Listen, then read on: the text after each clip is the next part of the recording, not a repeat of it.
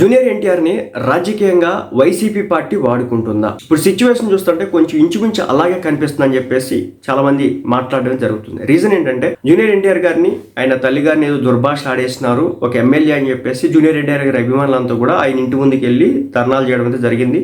ఆయన బహిరంగ క్షమాపణ చెప్పాలని చెప్పేసి కోరడం అయితే జరుగుతుంది. ఇలాంటి నేపథ్యంలో వైసీపీ పార్టీకి సంబంధించినటువంటి నేతలు కావచ్చు, అదే విధంగా రోజారెడ్డి గారు కావచ్చు, మరికొంతమంది కావచ్చు బయటకు వచ్చి జూనియర్ ఎన్టీఆర్ గారికి సపోర్ట్ గా మాట్లాడితే ఓకే మాట్లాడినారు.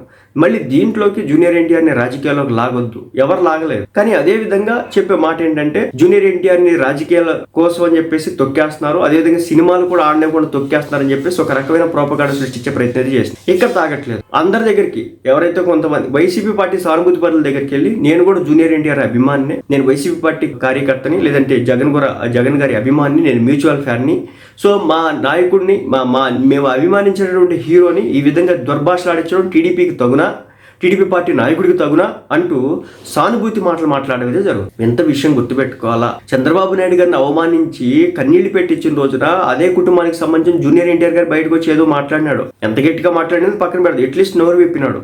అదేవిధంగా ఎన్టీఆర్కి సంబంధించి ఎన్టీఆర్ హెల్త్ ట్రస్ట్ ఏదైతే ఉంది కదా, ఎన్టీఆర్ హెల్త్ ఏదైతే ఉంది కదా, ఆ బిల్డింగ్ ఏదైతే ఉంటుంది, సో దానికి పేరు మార్చేసి వైసీపీ వైఎస్ఆర్ హెల్త్ యూనివర్సిటీ ఏదో పేరు పెడితే కనుక అప్పుడు కూడా జూనియర్ ఎన్టీఆర్ గారు బయటకు వచ్చి మాట్లాడినాడు. ఎందుకు మాట్లాడినాడు? వాళ్ళు ఫ్యామిలీ మెంబర్స్ కాబట్టి ఫ్యామిలీలోకి దూరిపోయి రాజకీయాలు చేద్దాం అనుకునేటువంటి కుట్ర కరెక్ట్ కాదని చెప్పేసి టీడీపీ పార్టీ కార్యకర్తలు నాయకులు మాట్లాడడం జరుగుతుంది. చూడాలి ఇది ఎక్కడ దాకా దారి తీస్తుంది.